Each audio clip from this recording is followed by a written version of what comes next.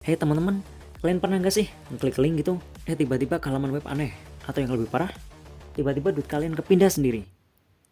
Nggak pernah ya? Oke lah, pokoknya kita lanjut ke series web hacking selanjutnya dengan JavaScript yang pasti makin seru ini. Jadi tonton sampai habis karena ini benar-benar menarik. Clickjacking atau UI redressing. Jadi gini, clickjacking itu teknik dimana penyerang ngeprank kita buat ngeklik sesuatu yang beda dari yang kita kira.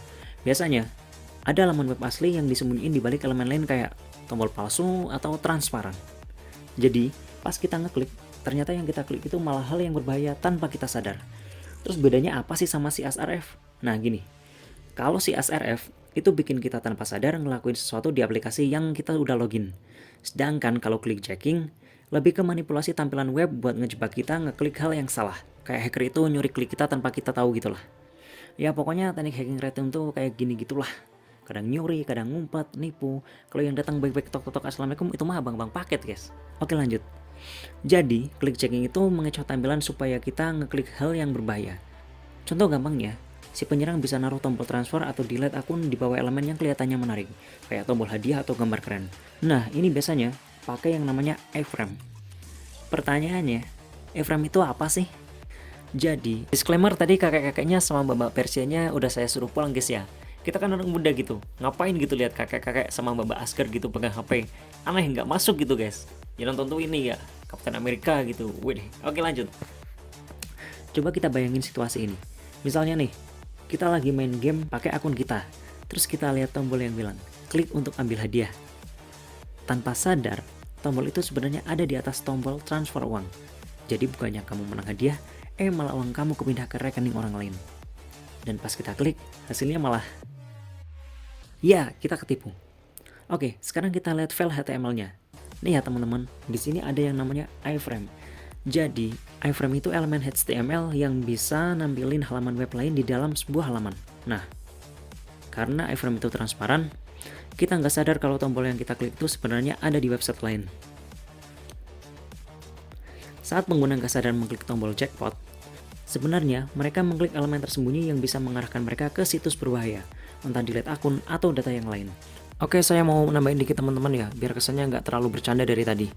Oke, jadi di sini adalah fokusnya ada pada button. Di button ini ada z-index. Buat kalian yang pernah belajar CSS, bukan cross-site scripting ya, tapi cascading style sheet, ini ada yang namanya z-index itu kayak lapisan teman-teman. Jadi semakin besar z-index, maka dia semakin ke permukaan, dan semakin kecil z-index, maka semakin dia ke dalam. Di sini z-index pada button itu ada 3, dan di iframe dia ada 1. Jadi yang di button dia menutupi yang di iframe.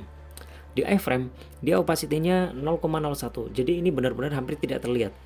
Oke, mungkin kita pasti mikir gini, itu kan trik lama, udah nggak worth it, dan lain-lain.